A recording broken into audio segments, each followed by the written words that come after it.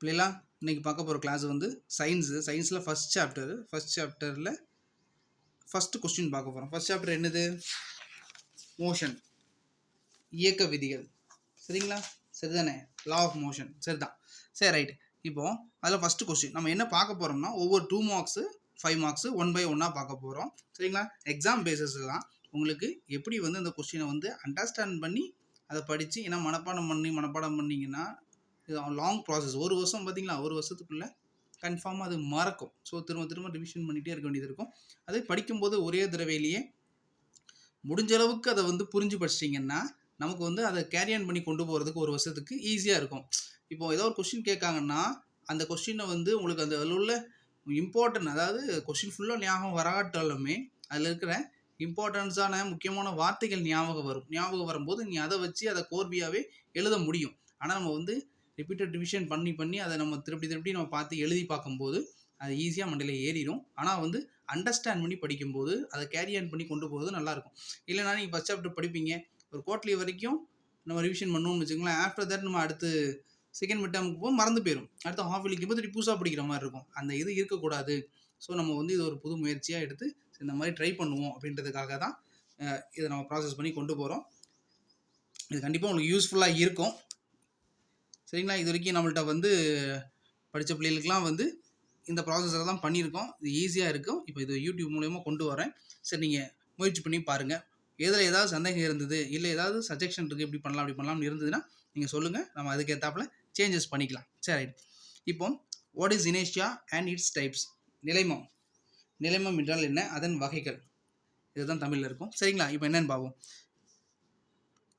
The inherent body of your body, in the inherent property of your body resist any change in its state of rest or the state of uniform motion unless it's influenced upon by an external unbalanced force is known as inertia. சரி, என்ன சொல்ல வராங்கன்னா, ஒரு inherent property of a body, ஒரு body அது என்ன பண்ணுதுன்னா ரெசிஸ்ட்னா வந்து எதிர்க்குது. என்ன எதிர்க்குது? Any change in its state of rest, அதாவது ஓய்வு நிலையில் இருக்கிற ஒரு பொருளில் அது ஓய்வு நிலையிலிருந்து அது இயக்க நிலைக்கு மாற்றப்படும் பார்த்தீங்களா, அதை எதிர்த்து ஓய்வு நிலையிலே இருக்கிறதுக்கு முயற்சி பண்ணுது. அல்லது த ஸ்டேட் ஆஃப் யூனிஃபார்ம் மோஷன்னா என்னென்னா, அது இயக்க நிலையில் இருக்குன்றாங்க. இயக்க நிலையில் இருக்கும்போது அதை வந்து ஓய்வுபடுத்த நம்ம முயற்சி பண்ணுறோம்னு வச்சுக்கோங்களேன். அதில் இருந்து அது விலகி அது இயக்க நிலையிலே இருக்கிறதுக்கு, அதாவது ஒன்று ஓய்வு நிலையில் இருந்ததுன்னா அது ஓய்வு நிலையிலே இருக்கணும், இயக்க நிலையில் இருந்துன்னா அது இயக்க நிலையிலே இருக்கணும். தன்னை வந்து வேற ஒரு சேஞ்சஸுக்கு மாற்றிக்காமல் அதே ஸ்டேட்லேயே இருக்கிறதுக்கு முயற்சி பண்ணக்கூடிய விஷயந்தான் இனர்ஷியா அப்படின்னு சொல்கிறாங்க. இது எப்படி நடக்கும்னா, unless it's influenced upon by an external unbalance force. என்ன சொல்கிறாங்க? ஒவ்வொரு பொருளும் தன் மீது சமன் செய்யப்படாத புறவிசை எதுவும் செயல்படாத வரையில் என்ன சொல்கிறாங்க? எக்ஸ்டர்னல் ஃபோர்ஸ் எதுவுமே. இப்போ கீழே பார்த்தீங்கன்னா ஒரு ஃபிகர் இருக்கும். அந்த ஃபிகரில் பாருங்கள் என்ன சொல்கிறாங்க. இப்போது இதில் ஒரு கிளாஸ் இருக்குது, கிளாஸ் மேலே ஒரு ஷீட்டு, அதுக்கு மேலே காயின் இருக்குது. நீங்கள் வந்து ஷீட்டை வந்து புஷ் பண்ணுறீங்கன்னு வச்சுக்கோங்க. இப்படி புஷ் பண்ணும்போது என்ன ஆகும்னா, காயின் வந்து என்ன ஆகும்னா அதே பொசிஷனில் இருக்க தான் முயற்சி பண்ணும். அதனால தான் வந்து அந்த காயின் வந்து கீழே விடும். இப்போது நீங்கள் இன்னொரு எக்ஸாம்பிள் சொல்கிறேன். இப்போது ஒரு மரம் இருக்குன்னு வச்சுக்கோங்க. அந்த மரத்தை நல்லா குலுக்குறோம். ஒரு பழ மரம் தெரியுங்களா, ஒரு ஆப்பிள் ட்ரீ, ஏதோ ஒரு ட்ரீயை வந்து நம்ம வந்து குலுக்குறோம்னு வைங்க. குலுக்கும்போது என்ன ஆகும், அதுலேருந்து பழம் விழும். ஆனால் நம்ம குலுக்கும்போது என்ன ஆகும், அது வந்து வாபுல் ஆகும். அந்த மரம் வந்து அங்கேயும் இங்கேயும் சாயும். ஆனால் அதுலேருந்து விழுந்த பழத்தை பார்த்துருக்கீங்களா, நேராக வந்து விழும். இதை தான் சொல்கிற வரங்க. அது என்ன ஆகும்னா, ரெஸ்ட் பொசிஷனில் இருக்குன்னா அது திரும்ப அதே ரெஸ்ட் பொசிஷனில் இருக்கிறதுக்கு தான் அது முயற்சி பண்ணுன்றாங்க. சரிங்களா?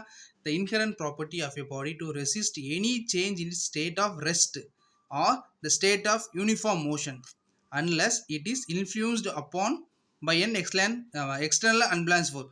அதாவது வெளியிருந்து ஒரு பால் இருந்து நம்ம ரெஸ்ட் பொசிஷனில் ஒரு பால் இருக்குன்னு வச்சுக்கோங்க. ஒரு ஃபுட்பால் இருக்குது. அந்த